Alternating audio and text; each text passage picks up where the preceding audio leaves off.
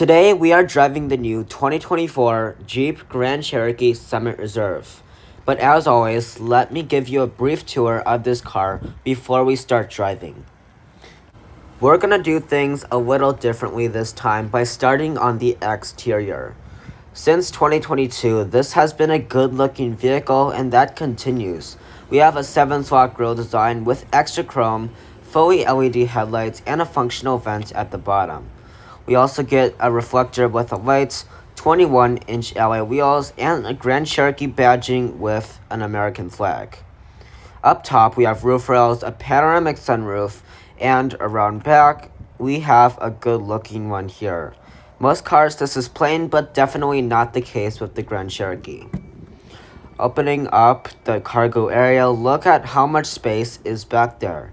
We don't have a third row, so this will get extra space, and we have a cubby, a power source, and you can even fold down the seats for 70.8 cubic feet of cargo room. Now let's go ahead and hop into the interior. Now just take a look at that beautiful leather and interior. We have open pore wood trim, and the leather is gorgeous. Moving on to the seats, we have Palermo leather with 14 ways of power adjusting, and we have Summit branding down there. The technology is great in this Grand Cherokee with a fully digital gauge cluster with full customization, and the materials include soft touch material, open pore wood, leather, and gloss black around the center control area.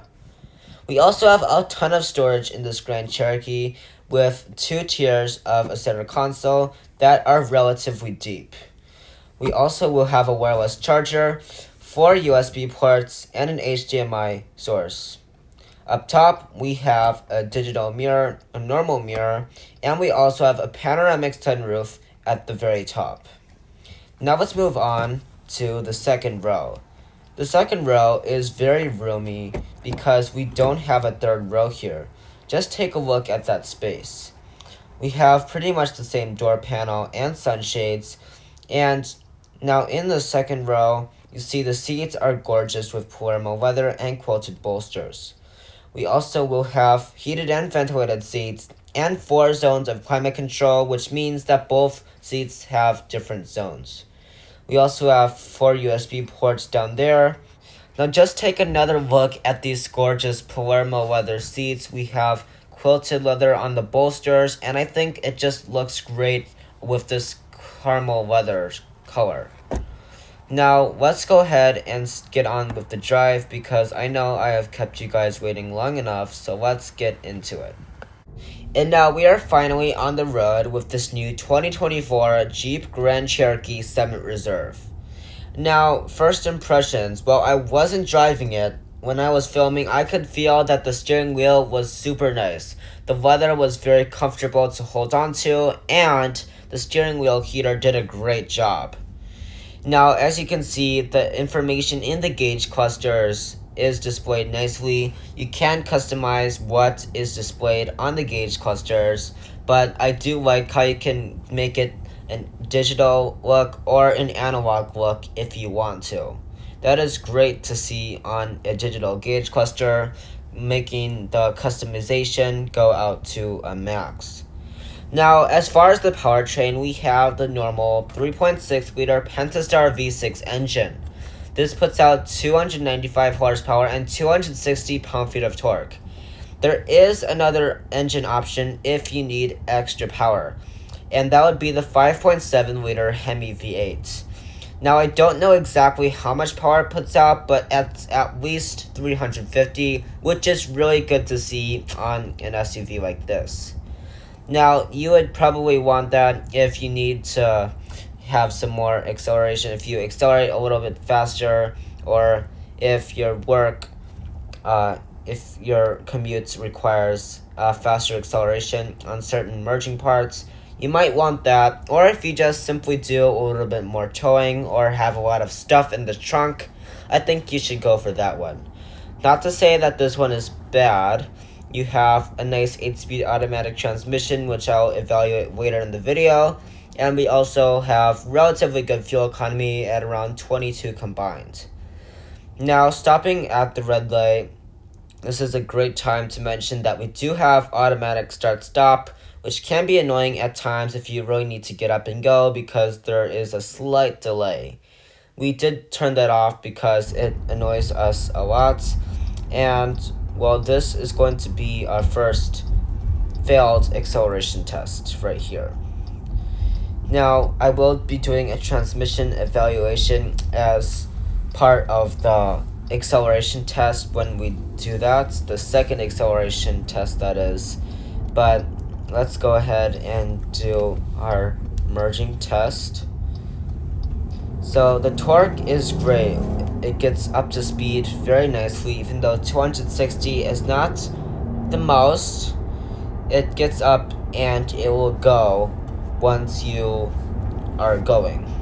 So the torque works very well in this Grand Cherokee, and the horsepower, we have 295. We aren't putting that to the max right now because there are people in front of us. We don't really want to go right through them, but I do promise that we will have another acceleration test later in the video.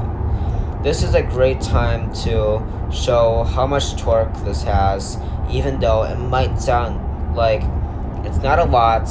We still have a good amount, and it will definitely be great for passing power. Now, just on the highway here at around 65 miles per hour, this is a good highway cruiser. We have double pane windows, so that will keep out the wind noise, and the tires don't make a lot of noise even though we have the largest 21-inch alloy wheels. These are about as large as the other ones, 265 for the width, but it surprisingly doesn't make a lot of noise. If you go for the Trailhawk, if you get a used one or something like that, it will make a little bit more noise, but I think this is fine right here. Now, I do appreciate the double pane windows because if you guys are talking in the car, there isn't like an app that can raise your voice to the second row passengers. That's not really needed in a car this size. Now, it would be needed in the Grand Cherokee L, which does not have this, unfortunately, because that is a larger car with a third row, and that would be great for that. Now, getting off the highway, our acceleration test is coming up soon in a couple seconds, but the brakes are doing a good job, and we have an aerodynamic body, so it will just go right through the wind. Now, this is a good way to show that we have good visibility through the side mirrors, and we have a blind spot monitor. And now for our acceleration test. This will also be our handling and transmission evaluation 3-in-1. Now for the acceleration, it gets up to speed very quickly. 295 horsepower is plenty for this vehicle. However, I'm not a fan of the noise that the engine makes. Moving on to the handling, this does handle okay. We have sport mode, which might lower the suspension, but having an air suspension does help if you want to improve the handling. Now, it's better than something like the Wagoneer because the Wagoneer did not have that good handling. And for the transmission, the 8-speed automatic transmission is slow to downshift if you're passing, but is pretty steady and will get you up to speed just fine. I would swap this out for a 9-speed like we have in the Pacifica. Now, transmission evaluation 2, we have the same 8-speed, but this is a little bit better at lower speeds. So I think that is one thing to keep in mind when driving this car. Now we are getting close to Suburban Chrysler Dodge Jeep Ram of Ann Arbor, so I want to give a special shout out to them for providing this Grand Cherokee for us, as well as all the other cars, including the Pacifica, Grand Cherokee L, Grand Wagoneer, and more. So thank you guys, and thank you especially to Ken, and be sure to watch my in-depth review on this. Now, as we get closer, I just want to thank you guys so much for watching this video, and be sure to hit that like button and subscribe, and I'll see you guys in the next video.